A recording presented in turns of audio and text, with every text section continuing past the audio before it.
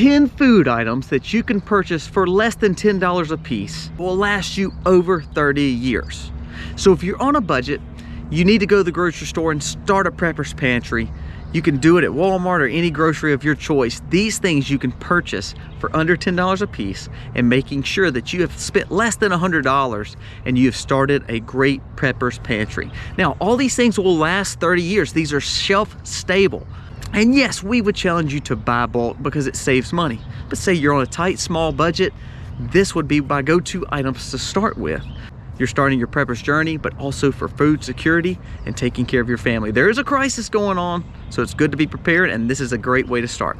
Let's jump into this today. 10 food items for under $10 a piece that will last 30 years to start your prepper's pantry. Today's video is gonna be a good one, and it starts right now.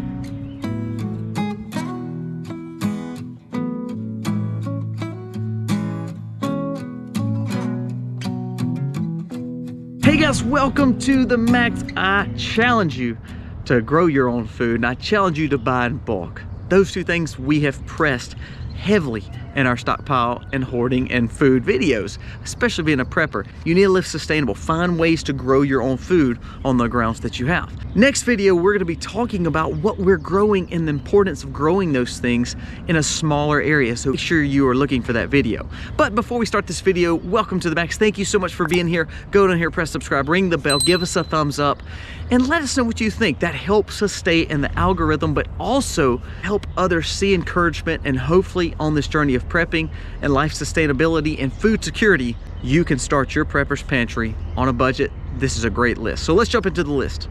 10 food items that last 30 years that you can buy for $10 or less a piece. So 100 bucks, you've got a whole prepper's pantry started with food security for your family. Number one would be honey.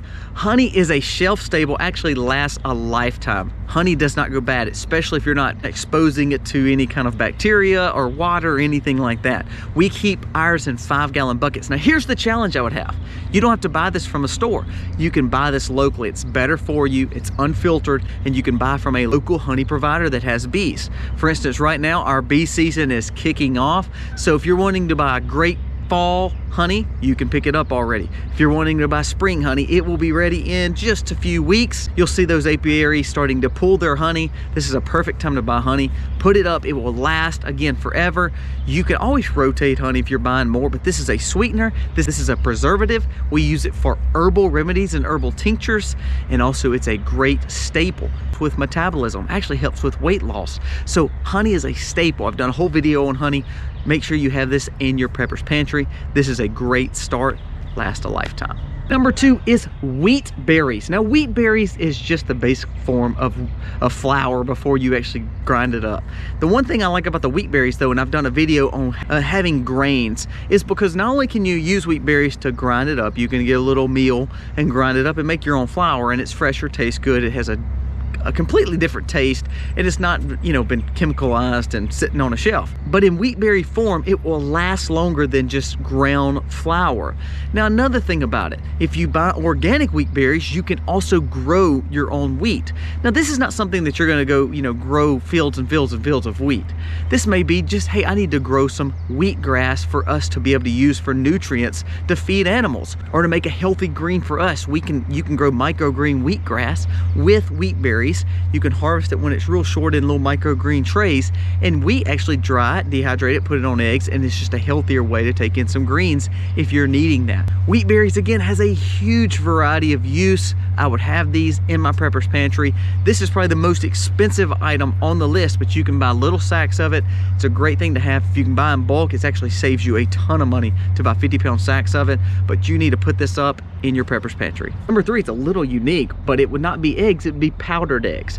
Powdered eggs is huge. I did a whole video on powdered items for your prepping pantry, but powdered eggs is big for any pantry. You can usually buy this at Walmart or buy this anywhere, any grocery shop that you're shopping at. But powdered eggs will allow you to have a protein source that lasts a long time that you can utilize for cooking, also to make scrambled eggs if you want to. The only thing you're not gonna have is over easy eggs with powdered eggs. But this is a game changer when you talk about stocking protein on a shelf that is very economical to have. Now, I would challenge you again to look at dehydrating your own eggs or freeze drying your own eggs with a freeze dryer from Harvest Right or a dehydrator that you purchase. But if you cannot do those things, buy some cans of powdered eggs. As long as you keep it in a good environment and sealed, it will be there for 30 years. Number 4, of course, is a big deal. It's been on just about every list we've done, but it's salt. You can buy it very economical. You can buy in the smaller sacks, but I challenge you to buy the bigger sacks. We buy ours from Azure Standard, the 50-pound sacks of natural sea salt. You want pink Himalayan salt or whatever you're wanting. Now, the thing you want to look at when it comes to salt is for preserving food, but also for all your food needs for taste. Salt you can buy in 2 different ways. If you're looking for more preservatives and it lasting longer, for meat curing and really more for preserving, I would look at the coarse salt. If you're looking for just, hey, I just need to buy lots of salt so that way we have something to always fall back on in our prepper's pantry, of course fine salt is okay too. We've cured meat with fine salt. It does tend to get into the meat a little bit more and you can't wash it off as much, especially when you're talking about bacon. It comes really salty. Last time we made bacon, we made it with fine salt and my wife says, you know, okay, we've got to like have a lot of honey or a lot of maple syrup on that biscuit with that bacon because it is salty, which is okay. There's nothing wrong with that. But making sure that you have salt in your pantry is key. Number 5, this is another one kind of like honey and also like salt. It is sugar, but it is brown sugar. It's not regular white sugar or refined sugar. I'd look for the most raw form of brown sugar that you can find. Brown sugar, especially in its raw form or more organic form, can last 30 years. We use brown sugar for any time we're curing meat with our salt. That helps balance out our salt in equal parts. So brown sugar is a huge staple here.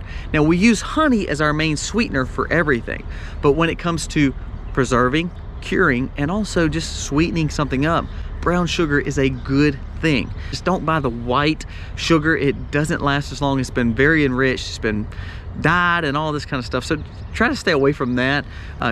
Make sure you're buying sugar in its best quality form, just like you'd buy your salt, just like you'd buy your honey in an unfiltered way, just like you'd buy your wheat berries. If you can buy them in a more unprocessed form, I promise you it's gonna last longer. Number 6, this is one I think that a lot of people just kind of bypass. We get so used to regular grains or, you know, flour, sugars. It's instant dry potatoes. Those flakes that, even though I would challenge you to try to eat holistic potatoes, when we're talking prepper's pantry and making potatoes last for a long time, having a starchy grain or carb, for instance, you can also use this to build a sourdough starter. We've used potato flakes in several sourdough starters years ago before we were doing more of an artisan style sourdough.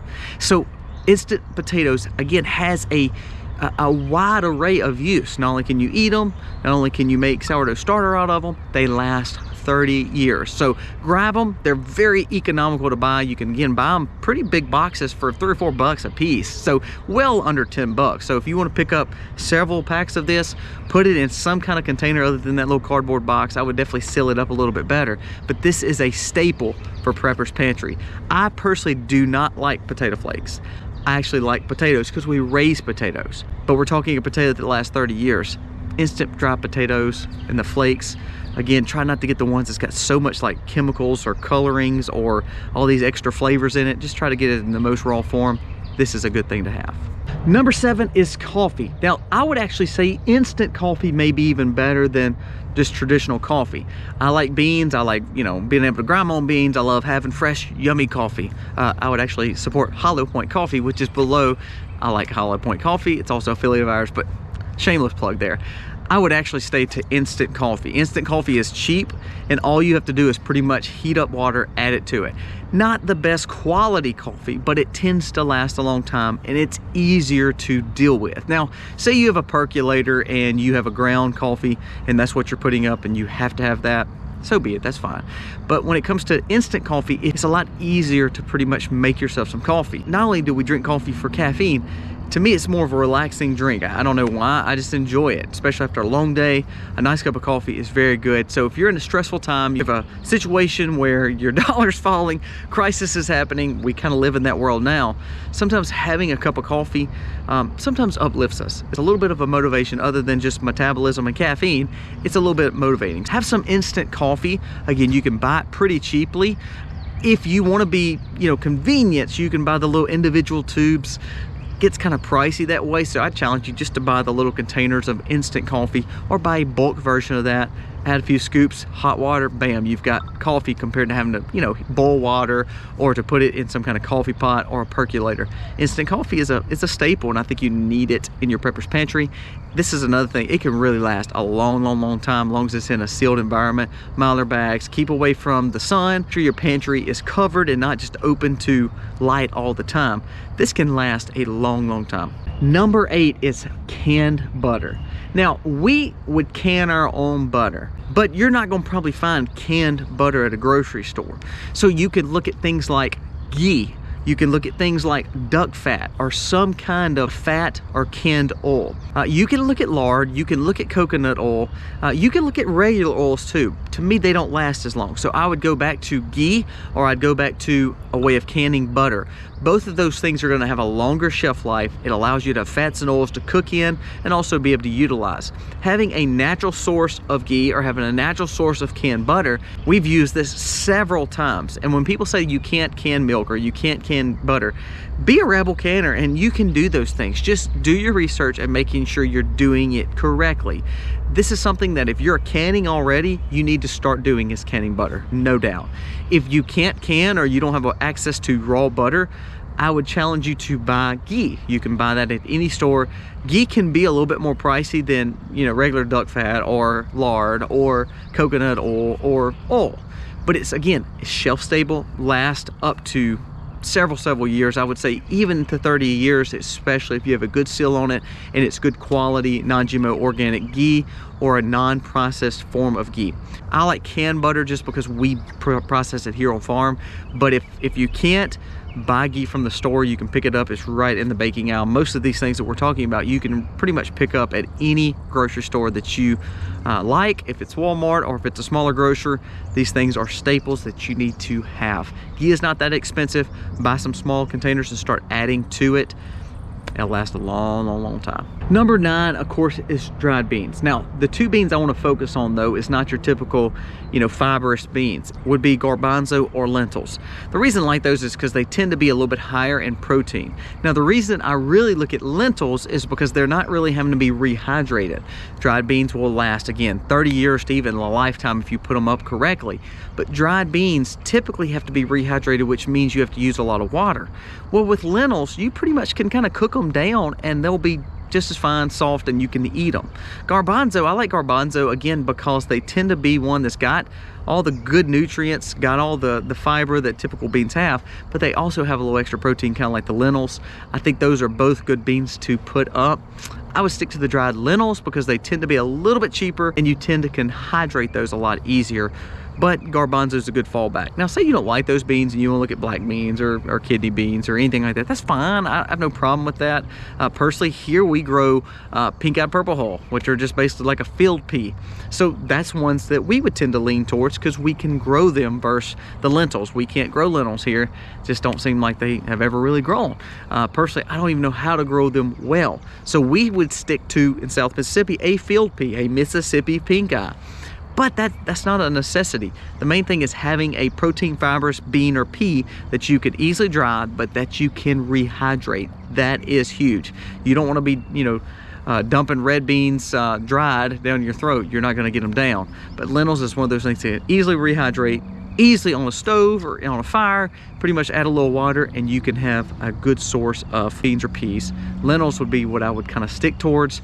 You can buy them in those little small packs for $1, $2, $3 or $4, depending on what size you're buying. So say you could buy 5 packs for under $10, bam, you've got a good start to your beans and peas. Next would be baking soda. Now, this is something that we would put in our prepper's pantry and we utilize. But not only can you utilize it to cook, you can utilize it to clean, you can utilize it for any kind of hygiene items. Hygiene's a big deal when it comes to, you know, collapse or chaos or any situation. I know here, again, with hurricanes and with just regional major storms, we have a lot of tornadoes. Power gets knocked out. We don't want to use our water because we don't want to turn on our generators, or we don't want to use our water because it's in the well and we have to go hand pump it. It may be just simply having some baking soda for your skin to make sure it's clean and make sure you have your hygiene up. But again, you can also use it for cooking. It lasts 30 years. We have tubs of baking soda. We don't buy the little boxes anymore. Find baking soda in the natural form too.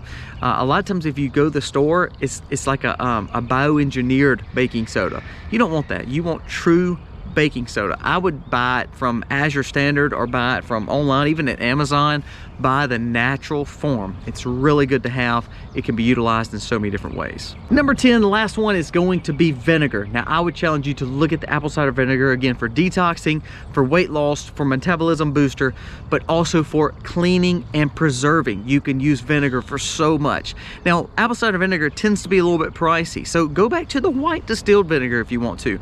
We use white distilled vinegar for spraying around our gardens to kill weeds. We use it for cleaning. We use it for window washing. We've used it for other hygiene items too. Vinegar is a huge additive to have in your prepper's pantry. White distilled vinegar, you could buy gallons of it for $2 or $3, $4. So if you're using it for your gardens, it's cheaper than any kind of chemicals, and plus it's not bad for your health. It's also good for cleaning, and that way you're saving money on your cleaning process too. Baking soda and vinegar kind of go hand in hand. I would use them together, but I'm saying for hygiene purposes, not only can you use them to cook, not only can you use them for preserving hygiene, you can use them for so much more. All the things that we talk about when we make these lists is versatility. I don't want something that's one-dimensional. I want something that I can utilize for several different ways, like the potato flakes, like the vinegar, like the honey, all those things. It's very good to have that versatility in all the things that you're purchasing. So 10 things under $10 a piece, making sure you're spending well under $100, and you have started a Prepper's Pantry, huge staple for 30 years to a lifetime worth of food. Food security gives some less stressing times and less anxiety times for you as you go through all the issues that we're having right now in our world. Every morning you wake up, there's always bad news. So by having some of that food security and having some of these things there, it allows you to have a peace of mind and really on a tight budget. Yes, grow a lot of these things. Yes, buy in bulk to save money.